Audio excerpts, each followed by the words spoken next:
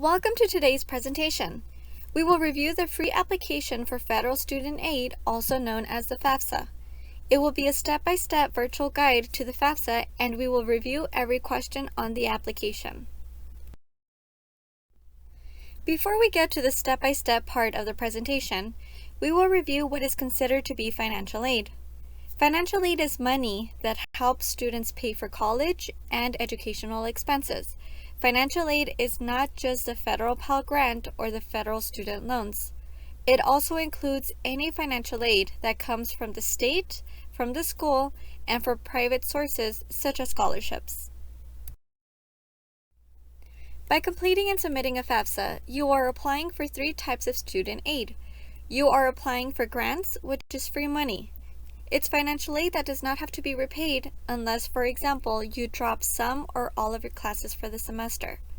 You are also applying for federal work study, which is a work program through which you can work part-time to earn money to help you pay for school.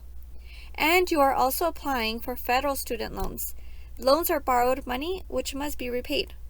For more information about the FAFSA and the types of financial aid, you may visit studentaid.gov. Let's talk a little bit more about the FAFSA. Once again, the FAFSA stands for Free Application for Federal Student Aid. And as it states in the name, it's a free application and it's at no cost to you. The FAFSA is only available to U.S. citizens and permanent residents that have a Social Security number. If you are a foreign or non-citizen student residing in Texas, there's a different application that you may submit to determine possible state financial aid eligibility. It's called the TASFA, which stands for Texas Application for State Financial Aid. The TASFA cannot be submitted online, however, you can submit it by email, fax, or mail. Please check with the college or university you will be attending for their preferred submission method. To be clear, a student would submit either a FAFSA or the TASFA, not both. The FAFSA and the TASFA are not a one-time application. It must be completed once a year for the upcoming school year.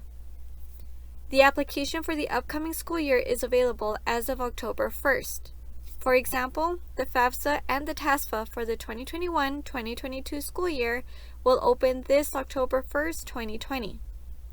The FAFSA can be completed on the web by visiting www.fafsa.gov.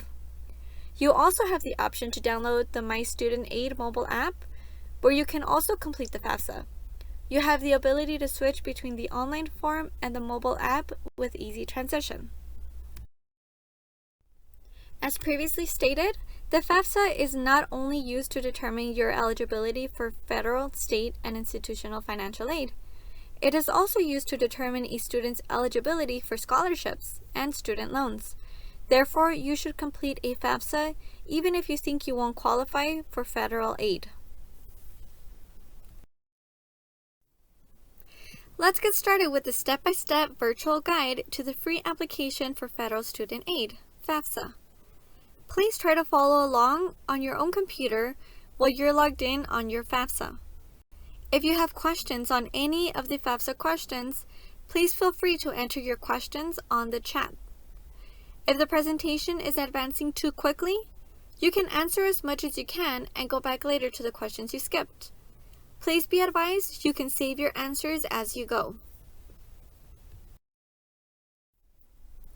If you choose to complete your FAFSA on the web, enter www.fafsa.gov on your web browser. You will notice on the top right corner that you have the option to view the application in English or in Spanish. If you are new to the FAFSA process, click Start here. The next page will ask if you are the student or the parent. The reason it asks you to choose is because the parent is able to begin or continue to work on the FAFSA by using the save key that the student or the parent will create. We will discuss what a save key is in a few slides ahead. If you select that you are the student, you will be asked to enter your FSA ID, username, and password. If you select that you are the parent is able to begin or continue completing the student's FAFSA by entering the student's identifiers, which are the student's name, social security number, and date of birth. Once again, please do not share your FSA ID information. Please take a moment to read the disclaimer on your screen and answer accordingly.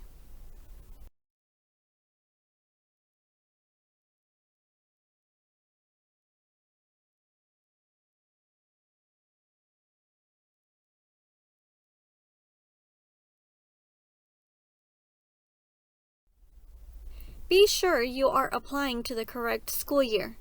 Each school year covers the fall, spring, and summer semesters. For example, when completing the 2021-2022 FAFSA, that FAFSA will be used to determine financial aid eligibility for the fall of 2021, spring of 2022, and sometimes summer of 2022.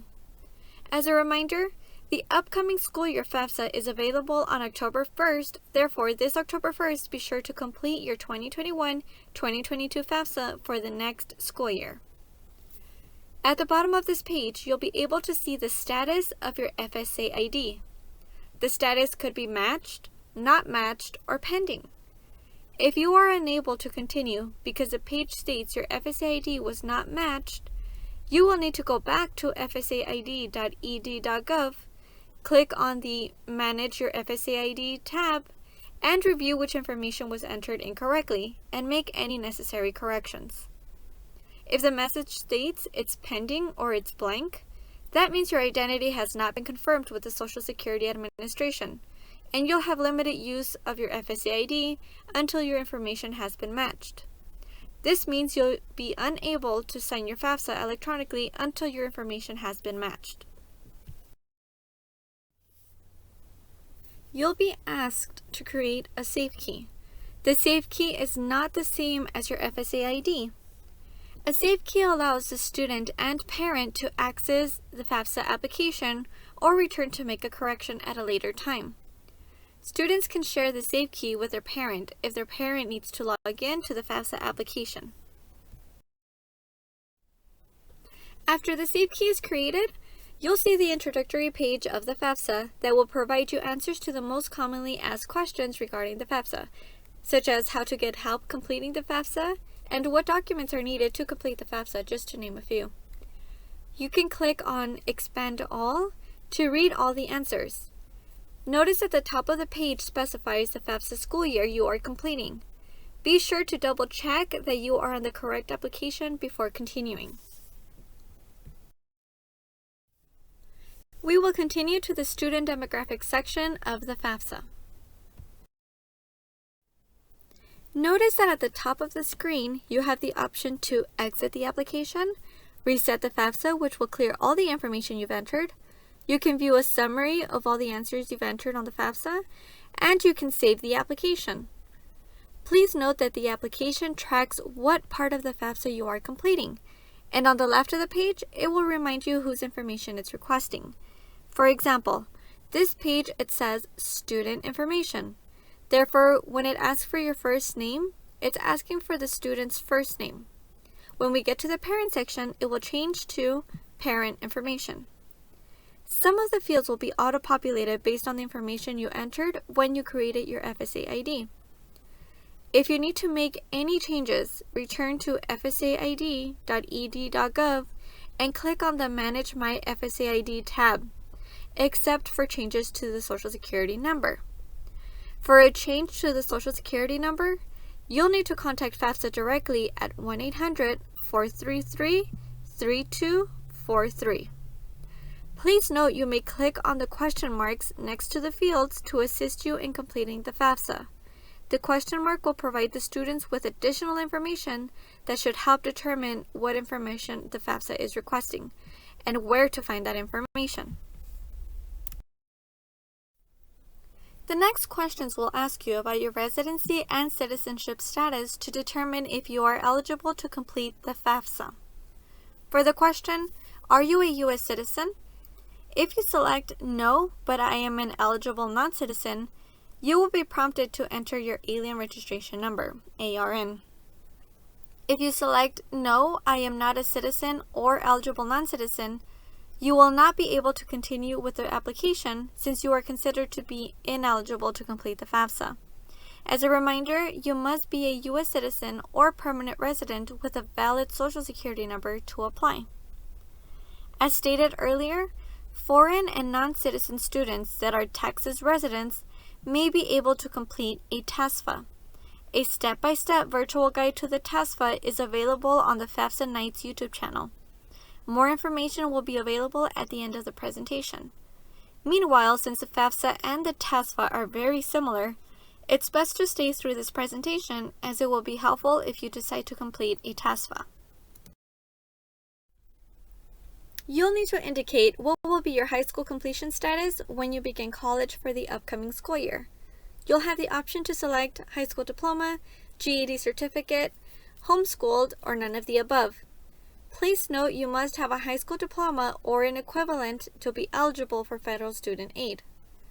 You will be asked, what college degree or certificate will you be working on when you begin the 2021-2022 school year? If you are interested in obtaining an occupational or technical degree, such as culinary, refrigeration, or cosmetology, or if you're interested in only taking your general education courses, you should select associate degree. Typically, associate degrees are taken at a community college. Please note that students do not have to obtain their associate degree in general education before transferring to a four-year university. A student may take their general education courses at a university. A bachelor's degree is offered in universities and it typically takes 4 years to complete. A graduate or professional degree refers to master's and doctoral programs after a bachelor's is completed. If you are unsure or have not decided what degree or certificate you will be working on, you may select the other undecided option.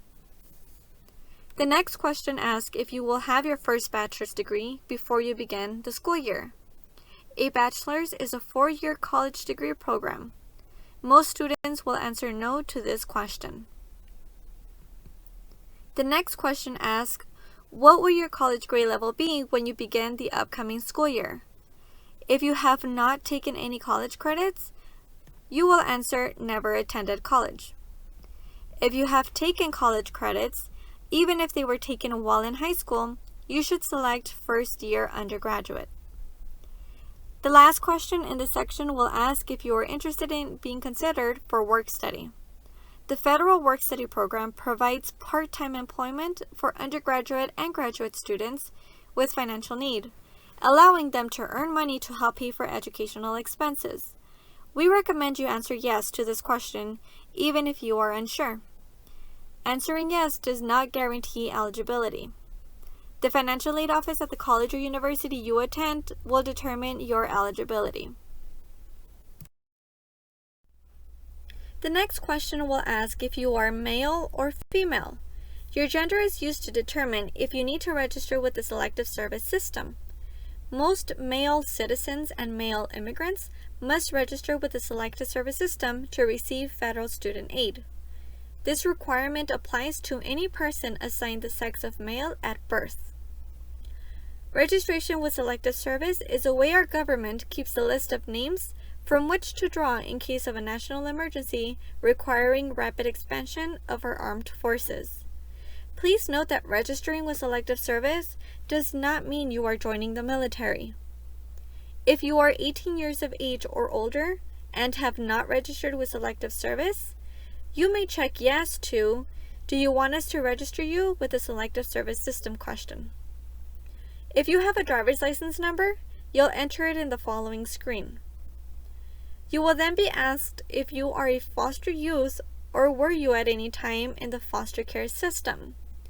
If you are not sure if you were in foster care, check with your state child welfare agency at childwelfare.gov/NFCAD/. If you select no, you'll be asked to indicate the highest school completed by Parent 1 and Parent 2, if applicable. We will now review the school selection section of the FAFSA questions. This is where you will indicate what colleges and universities you are interested in attending. By adding the college and/or university, once you complete the FAFSA, a copy of the student aid report, which is a summary of the FAFSA information you'll be submitting, will be sent to the schools that you select. Selecting the schools does not mean you are applying for admission. It only sends the FAFSA summary to the schools so they can determine your federal student aid eligibility in case you do apply for admission. If you previously indicated you received your high school diploma, you will need to enter the name of your high school, city, and state where the high school is located. You will then click on Search to find your high school. Once found, click on Select, then click Next. This is where you can choose up to 10 colleges and/or universities where you would like to send your FAFSA information. If you know the college's federal school code, select Yes. Otherwise, select No to complete a search. Once you've located the school, you can checkmark the school and click Next if you are done, or you can click on Add More Schools if you'd like to send your FAFSA information to more schools. We have provided you with a list of the federal school codes of schools within our community. Once the schools are selected, you will have to indicate your housing plans for each school. You can choose whether you'll be on campus, with parent, or off campus. On campus is when a student chooses to live at the university in a dormitory or dorm room. With parent is when the student chooses to live with their parents at their parents' home. Off campus is when a student chooses to rent or own an apartment or house by themselves or with roommates. The following is the dependency status section of the FAFSA questions. In this section, you will be asked questions to determine if you will be considered a dependent or independent student for financial aid purposes. You will be asked for your current marital status. If you are a married student, you will be considered independent and you will need to provide your spouse's 2019 tax return and 2019 income information. Next, you'll be asked if you have children or dependents that you will support more than 50%. Do not mark yes simply because someone lives in your household or you report them on your taxes. You must support them more than 50% to be able to indicate yes. Also, students that are expecting an unborn child between July 1st, 2021 through June 30th, 2022 should answer yes to the first question. Selecting yes to any of these questions will consider you an independent student and you will not be required to provide parental information. There will now be a series of questions that may help determine if you are a dependent or independent student for financial aid purposes. Checkmark any that apply. Please note that for the question that says, does someone other than your parent or step-parent have legal guardianship of you as determined by a court in your state of legal residence? Only answer yes if legal guardianship was officiated by the court in your state of legal residence. A signed document by a notary is not sufficient. You will be asked if on or after July 1st, 2020, were you homeless or were you at risk of homelessness? Select yes if at any time on or after July 1st, 2020, your high school or school district homeless liaison, director of an emergency shelter or transitional housing program, or the director of a runaway or homeless youth basic center or transitional living program determined that you were an unaccompanied youth who was homeless or were self-supporting and at risk of being homeless. Students in the McKinney-Vento program can select yes. If you answered no to all dependency questions, you will see this page that states you will be considered a dependent student. You will need to provide your parental information. You have the option to select that you will provide your parent information, or you can select that you are unable to provide your parent information. If you state you'll provide your parent information, you'll move on to the parent demographics section. If you select you are unable to provide parent information, the next slide will explain the impact on your financial aid eligibility. If you selected you are unable to provide parent information, you are notified that the FAFSA will not calculate the expected family contribution, or EFC, which is used to determine your financial aid eligibility. You will also be limited to the types of federal student aid you may be eligible to receive. If you are unable to provide parent information because of special circumstance, you may select the second option, which states that you have a special circumstance and you are unable to provide information about your parents.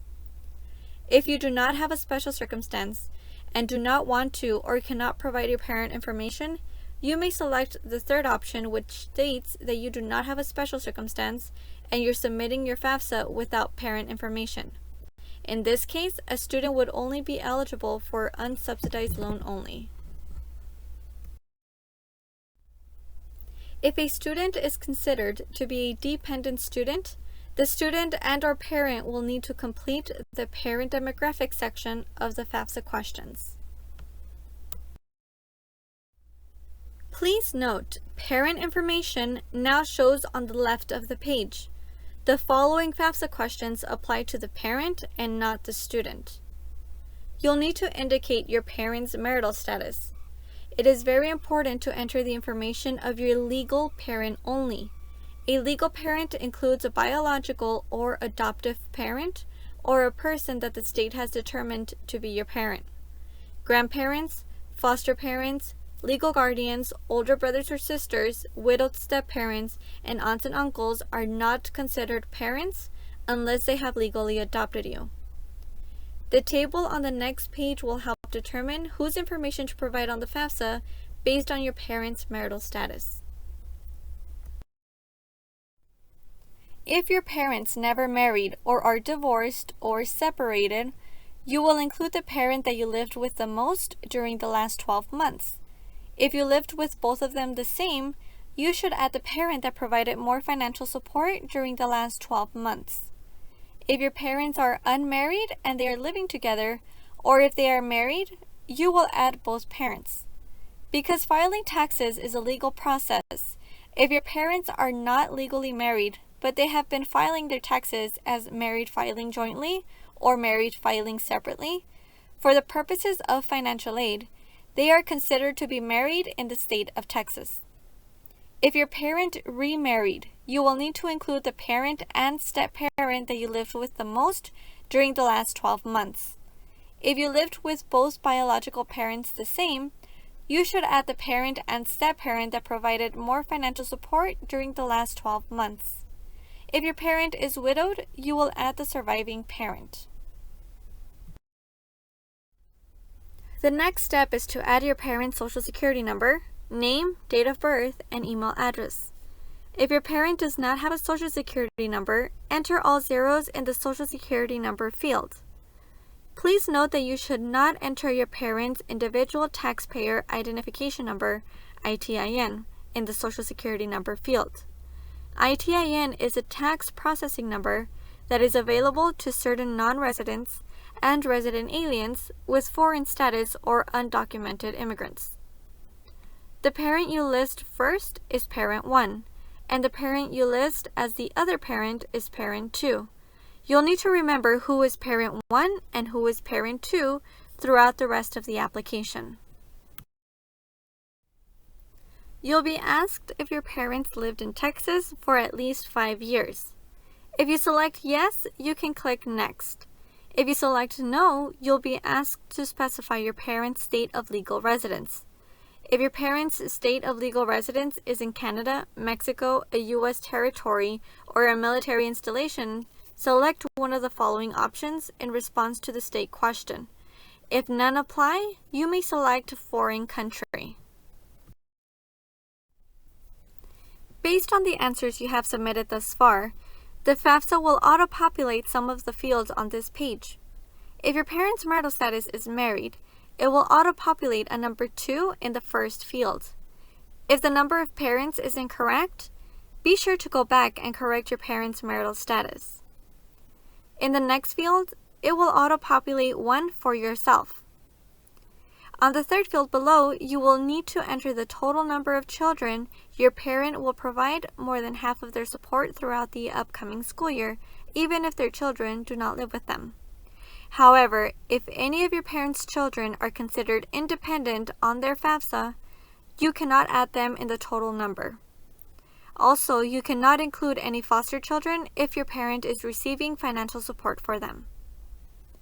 On the fourth field below, you'll need to enter any other dependents that live with your parents and that your parents provide and will continue to provide more than half of their support through the upcoming school year. The next fields will be auto-populated by the system, adding fields 1 through 4 above. This will be the total number in family members for the upcoming school year.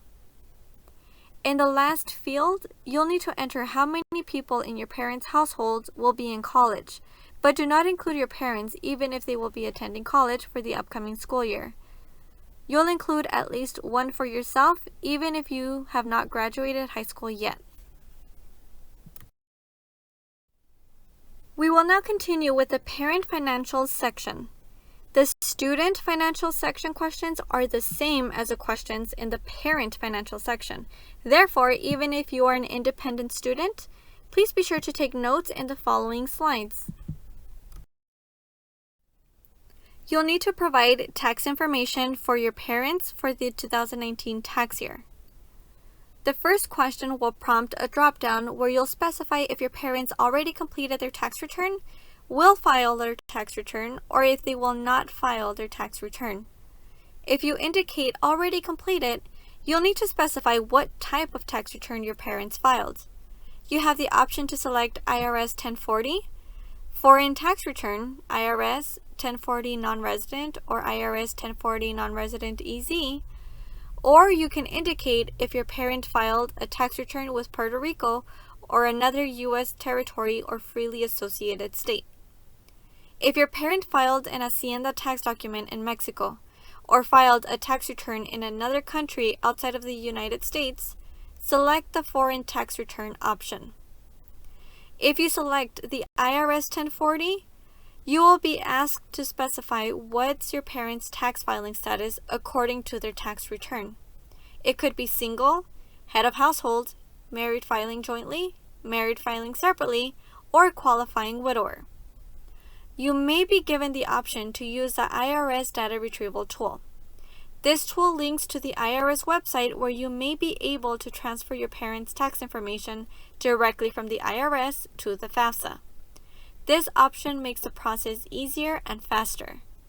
If you are not given the option to use the IRS data retrieval tool, it's because you do not qualify to use it, such as filing a foreign tax return or filing as single but currently being married, etc. In this case, you'll need to enter the tax information manually. If you decide to use the IRS data retrieval tool, your parent will need to enter their FSA ID and their FSA ID password. If your parent has not created an FSA ID, you can click on Create an FSA ID and a new page will open that will direct you to the fsaid.ed.gov website. Be sure to specify which parent's FSA ID you are providing, either parent 1 or parent 2. You will then use the FSA ID information for that parent. Once entered, you'll see a page that states you are leaving the FAFSA and will proceed to the IRS site. Please note your FAFSA information will be saved, and once you complete the IRS data retrieval tool process, you'll be directed back to your FAFSA. Once linked to the IRS website, you'll need to enter the address that was reported on your parents' 2019 federal income tax return. The information must match exactly, including apartment number, drive, avenue, etc., in order to be able to transfer the tax information. Refer to the 2019 tax return you have on hand. If the information matches, the next page will let you know what information will be transferred, and you can select whether to transfer or not transfer that tax information. You will need to checkmark on the option you like to choose. We recommend you transfer the tax information for faster processing. If your parent was unable to use the IRS data retrieval tool and your parent filed an IRS tax return, your parent will need to use their 2019 IRS income tax return.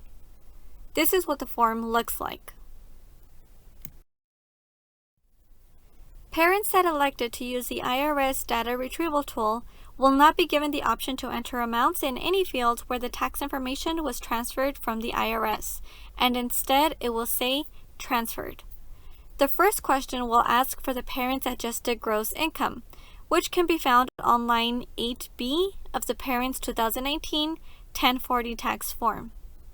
The next question will request the parent's income from work. This information will not be transferred from the IRS data retrieval tool, even if the parent elected to use it. Please note that if your parents filed jointly, their income from work will be combined on their taxes. Therefore, the parents will need to use their 2019 W-2 forms that they received from their employers to determine which amounts belong to which parent. Going forward, all questions will specify what form and what line number to use to determine the amount to report. Additionally, if applicable, when the fields ask for a specific schedule, the schedules can be found in the tax return packet your parents received from their tax preparer. The schedule type and/or number will be shown on the top left of the forms. For parents that filed a foreign tax return, including the Mexican Hacienda tax form, we'll need to answer both of these questions based on the information on the foreign tax form. The foreign amounts will need to be converted to US dollars. A student may use online currency websites to determine the conversion rate at the time they're completing the FAFSA. For example, if the parent filed an Hacienda, they will need to convert the pesos to US dollar amounts. If the parent did not file a foreign tax return, but earned foreign income, they will indicate 0 for the adjusted gross income question. However, they will need to convert the total amount of income earned to US dollars, and then enter it in the parent income from work fields. Based on the previously answered questions, some, but not all, will see these questions on their FAFSA. Be sure to click on the question mark to determine how you should answer these questions. You will be asked if in 2019 or 2020, did you, your parents, or anyone in your parents' household receive benefits from any of the federal benefits programs listed below? If you did not receive any of these benefits, select none of the above. The next question will ask for your parents' income tax, and it will specify where to find that information. If your parent filed a foreign tax return, you will need to find the applicable field on the foreign tax form, convert the amount to US dollars, then enter the converted amount in the income tax question on the FAFSA. When you click Next, the questions on the following page are only for parents that are US tax filers only. If your parent did not file taxes, or if your parent filed a foreign tax return, you can skip all 6 questions. Please note, you may click on the question marks next to the fields to assist you in completing the FAFSA. The following questions must be answered whether the parent is a tax filer, non-tax filer, or foreign tax filer. If the parent was in college and received federal work study, the income will appear on the parent's W-2 tax form they received from their work study employer.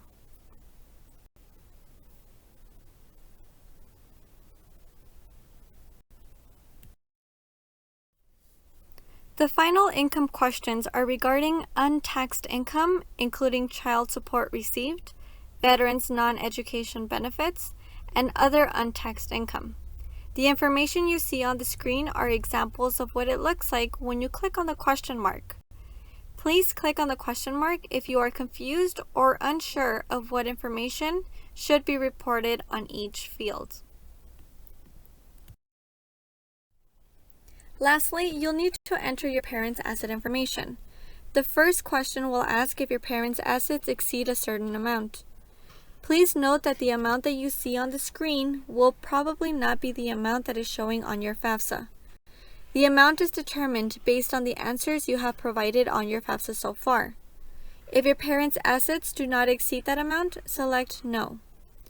You will be asked if you would like to enter your parents' assets. We encourage you to enter your parents' asset amounts even if they will no longer be required. If your parents' assets exceed the amount shown on your screen, you are required to answer the questions below. Please note that you can select on the question mark for more information regarding what should be reported on each field. Now that the parent financial section is complete, the student will need to complete the student financial section. The student's financial questions will be the same as the parent's financial questions previously reviewed. The student will also have the option to use the IRS data retrieval tool if the student meets the requirements. Once all student financial section is complete, it is time to review, sign, and submit your FAFSA. You will be asked if you are a preparer. Most students will answer no to this question. A preparer is someone who charges the fee for helping you fill out your FAFSA. If you're a student filling out your own FAFSA, or a relative or friend helping a student complete his or her form for free, then you're not a preparer. Typically, high school counselors, school financial aid administrators, or other mentors don't charge a fee to help you complete your application, so they're not considered preparers unless you pay them for their services. You will be able to scroll and review all of the FAFSA questions and review your answers.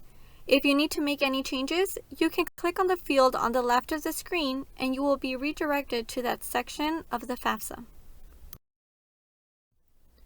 Both you and your parent will need to electronically sign your FAFSA using your FSA ID. Only one parent needs to sign even if both parents were included on your FAFSA. Once you click on Provide Student Signature or Provide Parent Signature, the following page will ask you to read the terms outlined. Once you select Agree, then click Next. The student and parent will need to use their individual FSA IDs and passwords to electronically sign the FAFSA. If the parent was unable to obtain an FSA ID because they do not have a Social Security number, the parent can select the Other Options to Sign and Submit option, then select the option to print a signature page. Please note, if you submit without signatures, your FAFSA will not be processed and you'll need to return later to sign. If you select Print a Signature Page, the FAFSA will generate a form that you'll need to print.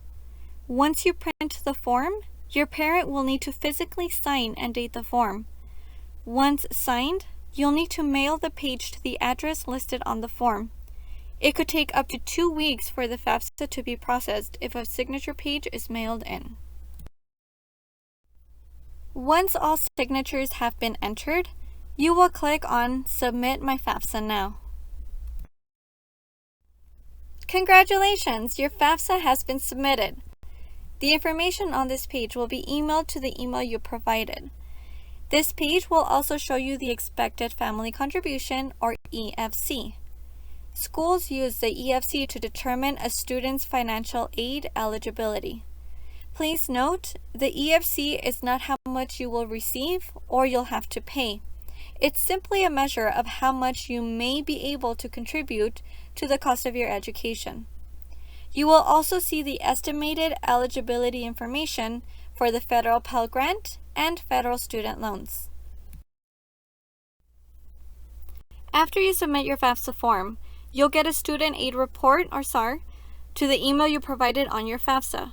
The SAR summarizes the information you provided on your FAFSA application. When you get your SAR, review it carefully to make sure it's correct and complete. If you don't have any changes to make to the information listed on your SAR, just keep it for your records. If you review your SAR and find a mistake, you will need to correct or update your FAFSA form. You'll need to log in to FAFSA.gov using your FSA ID, then select Make FAFSA Corrections. Your correction will be processed and you will receive a revised SAR.